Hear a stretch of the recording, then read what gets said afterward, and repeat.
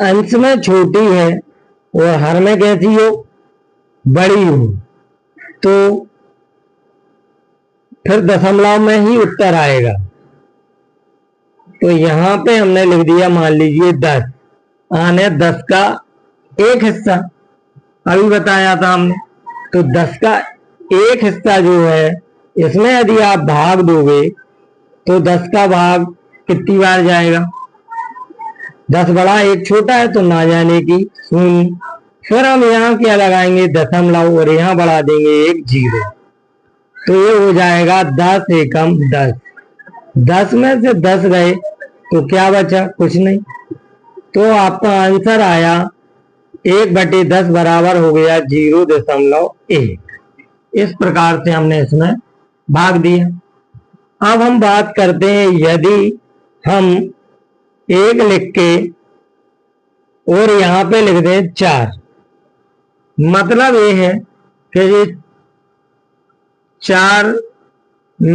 4 का एक भाग, 4 कोई भी चीज है फ्रैक्शन में, भिन्नों में, 1/4, तो इसमें ये 4 में से हमने एक भाग ले लिया है, तो कितना मिलेगा? तो अपन 1 को कितना मिलेगा? तो 1 में हम 4 का भाग देंगे, देखते हैं क्या आता है। 4, तो 4 बड़ा है, 1 छोटा है, तो ना जाने की क्या आएगी? शून्य। यहाँ लगाएंगे दशमलव, यहाँ बढ़ाएंगे एक 0।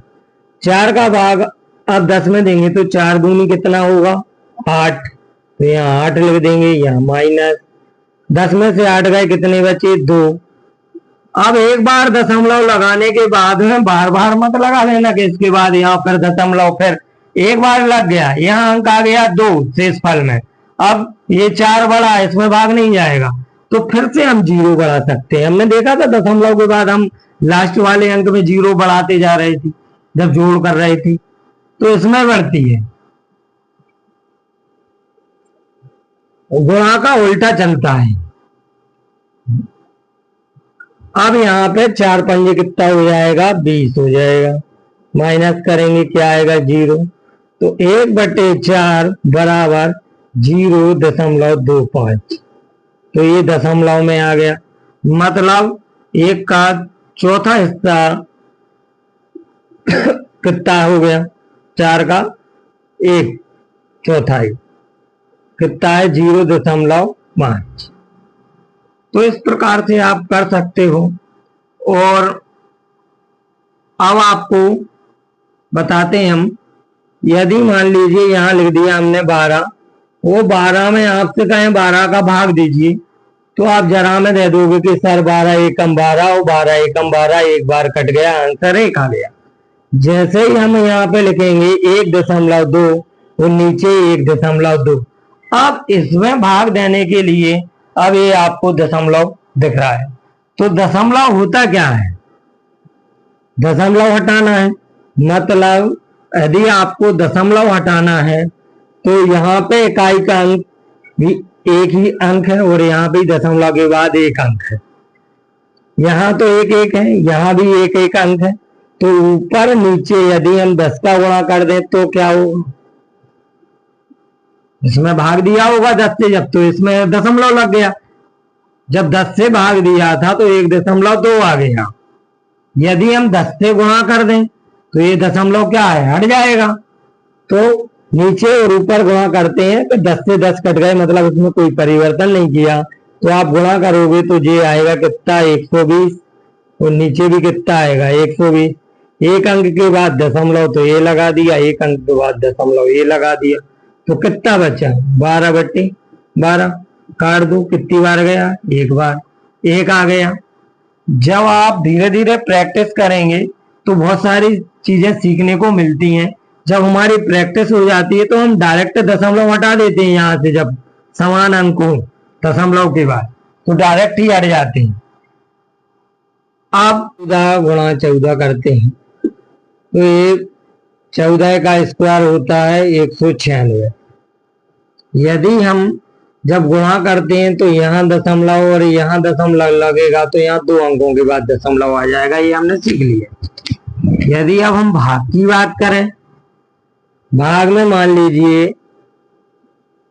196 बटे में भाग देना है कितने का भाग देना है 1.4 का। अब यहाँ पे आपको समस्याएं उत्पन्न होना शुरू हो जाती हैं कि सर यहाँ 2 अंकों के बाद दशमलव जहाँ 1 अंक के बाद है, तो इसके लिए हम क्या करें, तो देखते हैं हम क्या करना पड़ता है।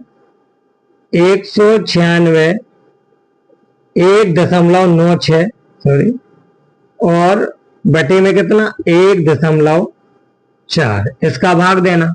यहाँ 2 अंकों के बाद दशमलव है और यहाँ 1 अंक के बाद।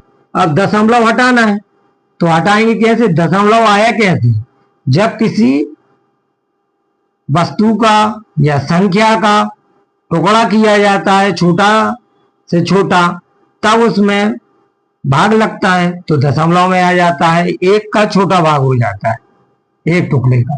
तो इस प्रकार जब हम भाग लगाते हैं तो क्यों ना इस दशमलव को हटाने के लिए गुणा कर दें। तो गुणा कर दें कितने का, यहाँ 2 अंकों के बाद दशमलव है तो कितने का करेंगे 100 का ऊपर, नीचे भी अब 1 अंक के बाद है तो 10 का नहीं करेंगे 100 का ही करेंगे, क्योंकि ऊपर नीचे फिर संख्याएं चेंज हो जाएंगी।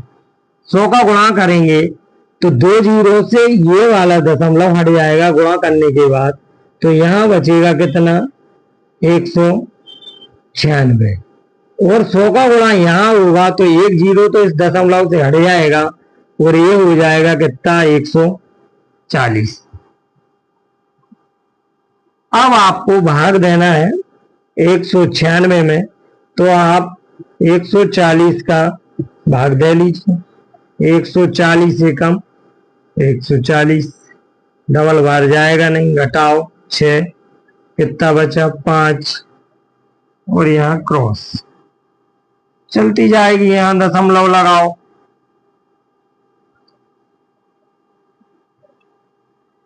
यहाँ 0 बढ़ाओ।